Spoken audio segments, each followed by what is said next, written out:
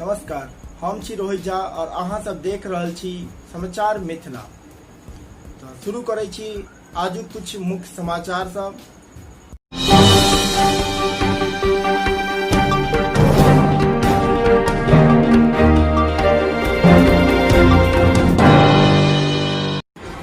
उत्तर बिहार में भ रहल भारी बारिश के कारण टापू बनि गेल भौगाछी गांव। सैकड़ों बीघा में रोपल धान के फसल डूबि गेल। पटना में खेत में बिजली के तार खसला से एक गोटे के मृत्यु भ गेलनि आ 5 गोटे गंभीर रूप से घायल भ गेला।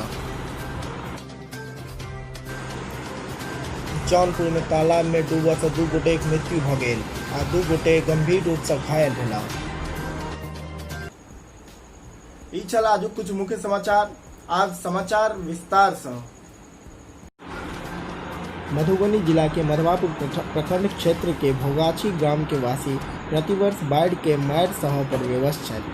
पिछला 4 दिन से गांव चारू दिस से पानि से घेरल अछि। ग्रामवासी डाँड़ भरि पानि में जरूरी सामान ले जाय पर विवश छथि। बता दी कि 1700 के आबादी वाला एही ग्राम के वासी बारिश के मौसम शुरू होइत देरी रोजमर्रा के आवश्यक सामग्री कीन कर रख ले छथि। भारी बारिश के कारण धौंस नदी के पानी साहर घाट कोसी नहर के सामने टूटल तटबंध से निकल कर गांव के चारू दिस से घेर लेने अछि। गांव से बाहर जाय वाला एकमात्र मार्ग पर 2-3 फीट तक पानिक बहाव जारी अछि। पटना में बुध दिनक दोपहर में दर्दनाक हादसा भ गेल। फतुहा के भिखुआ में पोल में लागल बिजली के तार टूट कर खेत में खसि पड़ल।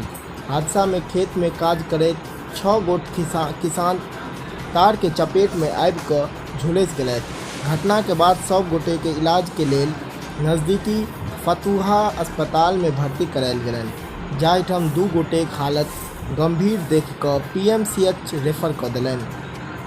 उपचार के क्रम में 1 गोटे के मृत्यु भ गेल। मृतक के पहचान पिंटू कुमार के रूप में कयल गेलनि, जिनक उम्र 24 साल बताओल गेल अछि।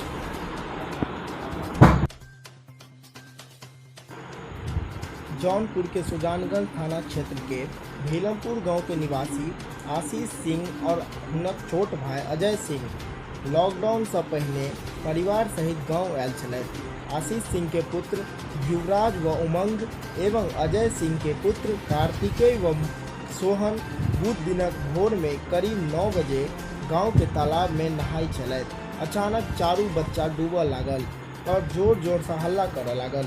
आवाज सुनकर आसपास के लोग सब जाकर चारू के तालाब से बाहर निकाल लेलनि और चारू के जिला अस्पताल में भर्ती करायल गेलनि, जाहिठाम चिकित्सक द्वारा युवराज व उमंग के मृत घोषित कऽ देल गेल एवं कार्तिकेय व सोहन के हालत नाजुक देखकर दुनू के SRM हॉस्पिटल प्रयागराज रेफर कऽ देल गेलनि।